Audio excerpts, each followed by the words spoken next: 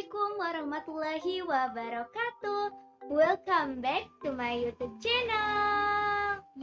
Kali ini videonya aku akan membahas tentang bagaimana trik mengurutkan prodi atau jurusan di jalur seleksi SNPTN tahun 2022.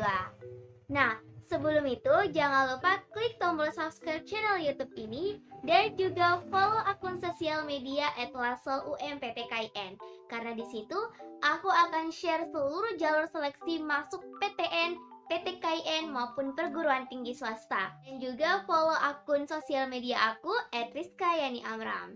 So, tidak perlu berlama-lama lagi, langsung saja tonton video ini sampai akhir. Karena banyak pertanyaan dari siswa kelas 12 dan masih banyak yang bingung tentang bagaimana cara mengurutkan jurusan di jalur seleksi SNPTN. Dan itu berdasarkan pengalaman dan teman-temanku yang lolos di SNPTN 2021, bahwasanya dalam mengurutkan pilihan jurusan di SNPTN itu sangatlah penting. Karena jika kalian salah dalam mengatur pilihan jurusan, maka kemungkinan yang terburuk adalah kalian tidak lolos di jalur SNPTN. So, jangan panik. Di sini aku akan share trik bagaimana kalian bisa mengurutkan program studi atau jurusan yang tepat di jalur seleksi SNPTN 2022. Yang pertama adalah urutkan jurusan dari yang paling ketat. Nah, for the information teman-teman, bahwa keketatan jurusan perlu kamu pertimbangkan. Jangan anggap hal ini seperti kecil atau hal yang sepele. Sebab, jika kalian tidak mengurutkan dari jurusan yang paling ketat, itu kemungkinan kalian kecil dalam kelulusan di SNPTN 2022.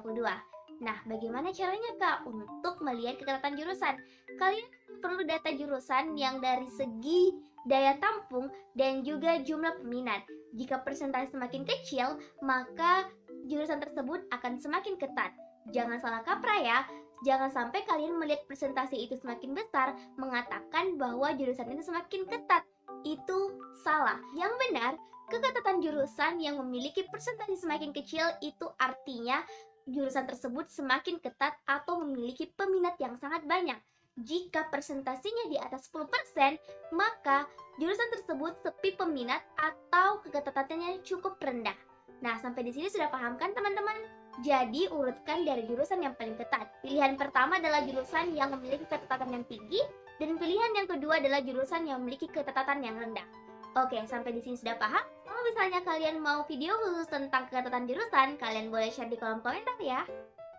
Yang kedua, cek aturan pemilihan jurusan di web LTMPT.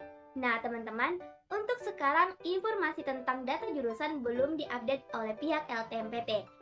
Kemungkinan informasi tentang data jurusan itu akan diupdate di awal-awal bulan Februari atau mendekati pendaftaran SNPTN 2022. Nah, di info tentang data jurusan itu terdiri atas daya tampung dan juga jumlah peminat dari tahun ke tahun. Dari situ kalian bisa melihat berapa daya tampung yang diterima, kota yang diterima, dan juga bisa melihat apakah jurusan tersebut ketat atau tidak. So, buat kalian pejuang SNPTN 2022, jangan sampai ketinggalan informasi ya. Oke? Yang ketiga adalah usahakan memilih jurusan yang relevan dengan nilai kamu. Nah, poin ketiga ini sangat perlu kamu perhatikan. Jangan sampai faktor ini yang membuat kamu gagal di jalur SNPTN. Sebabnya, kemarin banyak peserta yang gagal karena memilih jurusan yang kurang realistis. Nah, kurang realistis kenapa Kak? Karena dia memilih jurusan yang nyatanya itu tidak memenuhi nilai rata-rata rapor kalian dari semester 1 hingga semester 5. Jadi, teman-teman harus juga perhatikan NRM jurusan untuk masuk ke jurusan tersebut. NRM itu adalah nilai rataan minimal untuk masuk ke jurusan. Jadi misalnya, kalian punya nilai rata-rata rapor itu adalah 88, sedangkan kalian memilih jurusan kedokteran. Nah, NRM jurusan kedokteran itu adalah 89. Berarti, nilai rata-rata rapor kalian itu tidak memenuhi NRM jurusan yang kalian pilih. Jadi teman-teman, perhatikan nilai rata-rata rapor kalian dan juga pertimbangkan sebaik-baiknya tentang jurusan yang kalian pilih. Jangan sampai itu tidak memenuhi standar, dan kalau bisa, kalian bisa pilih jurusan itu apabila itu memenuhi standar NRM jurusan. Oke.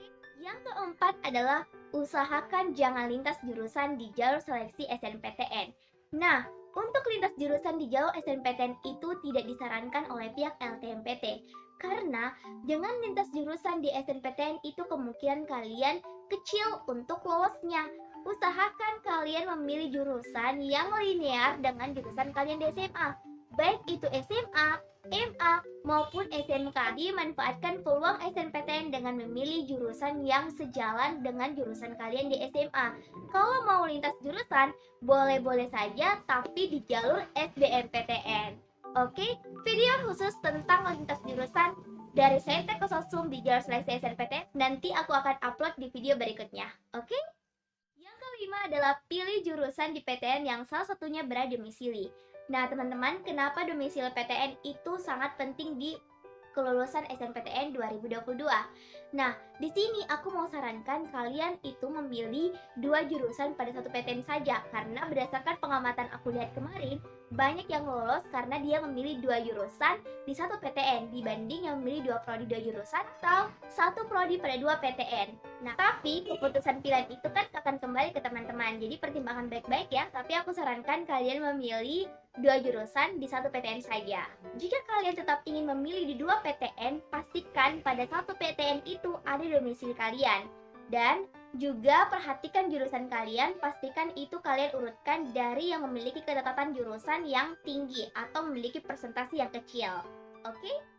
Yang keenam adalah pilih jurusan di PTN yang sudah ada alumni di sekolahmu. Nah, ini menjadi faktor penting buat kalian lolos di SNPTN 2022. Usahakan kalian memilih jurusan yang sudah ada alumni di sekolahmu karena track record alumni menjadi peluang yang besar. Nah, kalau misalnya kalian memilih jurusan yang belum ada alumninya, tetap optimis saja. Usahakan nilai rata-rata rapor kalian di atas rata-rata dan juga sertifikat kalian bisa membantu untuk kemungkinan besar lolos di SNPTN.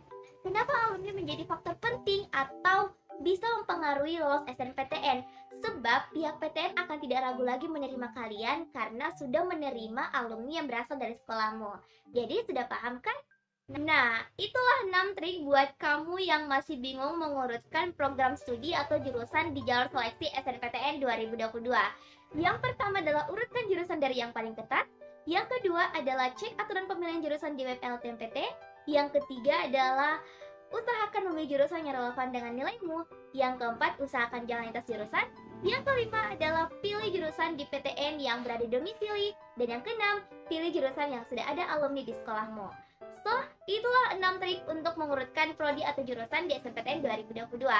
Buat kalian pejuang SNPTN 2022, jangan lupa berdoa, jangan lupa juga berusaha, dan tetap optimis saja ke depannya. Apapun hasilnya, itulah yang terbaik, dan jangan lupa persiapkan diri kalian menuju SNPTN 2022. Mau bahas apa lagi nih? Kalian bisa tulis di kolom komentar. Jangan lupa dulu klik tombol subscribe supaya aku bisa update terus konten-konten terbaru di video-video berikutnya. Sekian dan terima kasih. Semoga video ini bisa bermanfaat untuk kalian semua. See you next video.